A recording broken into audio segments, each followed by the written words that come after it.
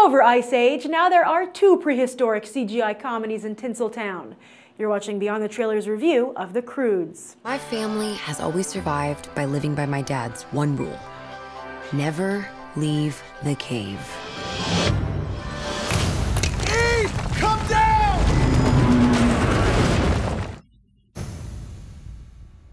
You really need to see this.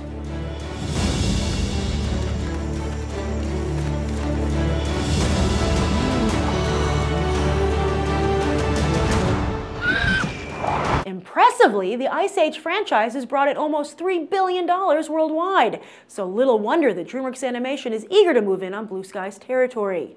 And Ice Age distributor 20th Century Fox certainly doesn't mind, as The Croods is the very first movie they're releasing as part of their new deal with Dreamworks Animation, meaning they've got the prehistoric era cornered. And what a deal, as Dreamworks Animation has 10 movies lined up over the next 3 years.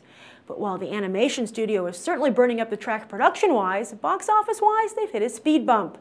Rise of the Guardians, their 2012 big holiday flick, was their biggest box office flop in over a decade, recalling the halls of Prince of Egypt and Ants, back when Dreamworks was dismissed as merely an ego trip by Jeffrey Katzenberg, seeking to prove himself and have his revenge after being pushed out of the Mouse House.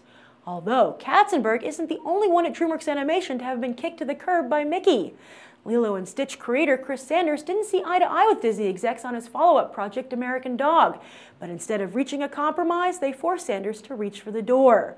Disney turned American Dog into the run-of-the-mill Bolt, while Sanders defected to Dreamworks Animation to deliver the sleeper hit How to Train Your Dragon. And while he's currently working on the sequel, first Katzenberg needed him to dust off The Croods, a film originally set up under their Aardman deal. Yeah, there was a lot of dust on it. But John Cleese had been involved, and you don't throw out ideas from John Cleese. However, for some reason, Cleese eventually left the project while Space Chimps writer-director Kirk D'Amico stayed on. Really? Really? And while Sanders might have been given plenty of stars to play with in the recording booth, one has to wonder how much this favor for Katzenberg might cost him. It does show real growth, though, that he's learning to work with the suits rather than against them. And hey, even if The Croods does fail, there ain't nothing derailing How to Train Your Dragon 2. So yeah, The Croods is a tough sell, and even when I was watching the movie, I had to think to myself, I can't believe I'm actually enjoying this, but I did.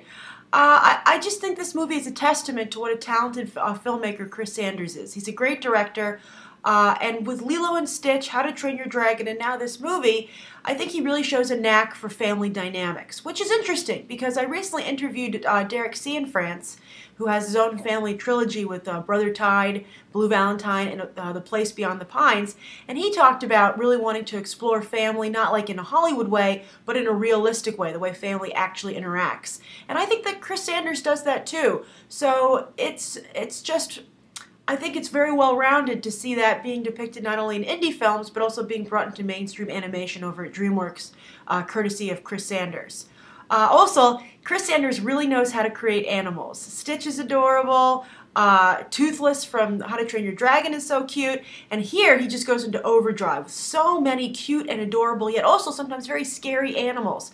I was really impressed. I think the DreamWorks merchandising team is really going to have a field day with this movie if it does well.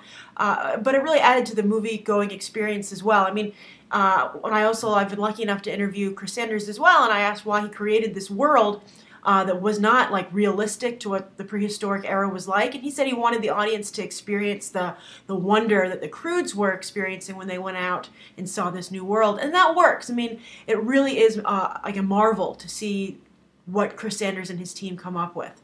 That said, though, as I said, some of the animals are scary. This movie doesn't pull its punches. It really does put this family, the Croods, in danger. When Nicolas Cage's character is telling them they need to be afraid, it's not ridiculous.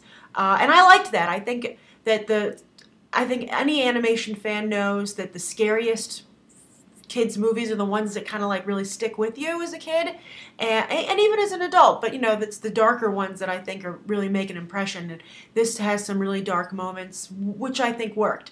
And didn't go over the top. I know you might remember that recently I complained a little bit about Pixar doing that, but I don't think that DreamWorks does that here. I think it's organic, it works with the message they're trying to tell, and it's scary, but it never goes too far. Also, the voice work on the film is fantastic. The standouts were really Nicolas Cage, who I think really took this seriously. He wasn't just phoning it in.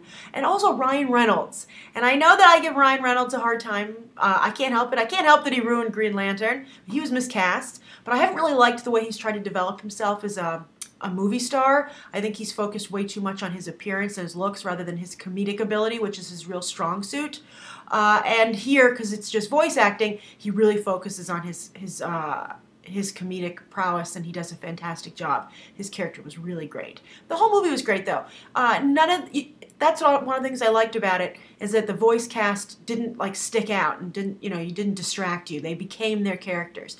You really felt for each character, and it was just, I had a really good time. As for 3D, I like 3D in movies, particularly animated movies, because I think that it really creates an immersive experience. It really puts you in that world. It has great, tremendous depth. But in the Croods, I don't think it's imperative that you see it in 3D. It's not like Oz, which really should be seen in 3D. I think you could go either way on this one. I think you could go either way on seeing the movie. I really enjoyed it, but it's not a must-see. It's not like one of the best animated movies or films I've ever seen ever or this year. But I really did like it, and if you like animated movies and if you just feel like going to the theater, I think that you're going to have a really nice time. So I hope you enjoyed this review. As you know, I've been going to a lot of junkets and red carpets, so I've been able to see these movies in advance, which is why I've been doing my reviews. Yeah, you're going to get a BTT Crew review later today, and next week will be all audience reviews. So I hope you like this mix of my opinion, audience opinion, and BTT Crew's reviews when we can do it. So I'm trying to give everybody what they want, and also what works best for the channel. So tell me what you think of the Croods if you've seen it, and thank you for coming to be on the trailer, and I hope you'll subscribe and check out the other videos. See you around.